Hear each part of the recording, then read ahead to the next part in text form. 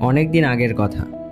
একজন শিল্পী সোহেল, যিনি ছোটবেলায় এক সরল গাঁয়ের ছেলে। তার পছন্দ ছিল ছবি আঁকা, কিন্তু পরিবারের অমত আর অর্থের অভাবে তাকে অনেক বাধার মুখোমুখি হতে হয়েছিল। সে প্রতিদিন সকালবেলা চাষবাস করত এবং রাতে চাঁদের আলোয় ছবি আঁকতে বসত। একদিন সোহেল একটি বড় প্রদর্শনীতে তার কাজ দেখানোর সুযোগ পেল।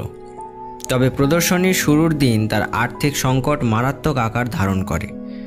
সোহেল তখন মনে করে হয়তো তার স্বপ্ন কখনোই পূর্ণ হবে না, কিন্তু সে হার মানেনি। কঠোর পরিশ্রম আর নিষ্ঠার মাধ্যমে সে প্রদর্শনীর জন্য প্রস্তুতি নেয়। প্রদর্শনীর দিন সকালে সোহেলের চিত্রকর্মগুলি দর্শকদের নজর কাড়ে।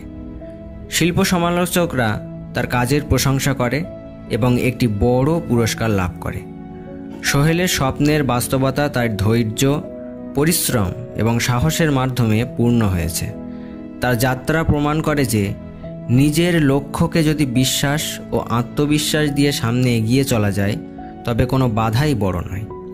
সোহেলের গল্প আমাদের শেখায় যে কঠিন পরিশ্রম আর দৃঢ় মানসিকতা দিয়েই আমরা আমাদের স্বপ্ন বাস্তবতা করতে পারি। দর্শকবৃন্দ, আমাদের ভিডিওটি দেখার জন্য ধন্যবাদ।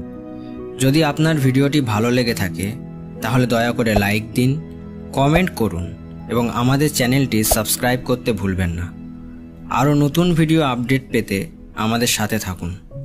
আগামী ভিডিওতে দেখা হবে। ততক্ষণ পর্যন্ত ভালো থাকুন এবং সুস্থ থাকুন। ধন্যবাদ।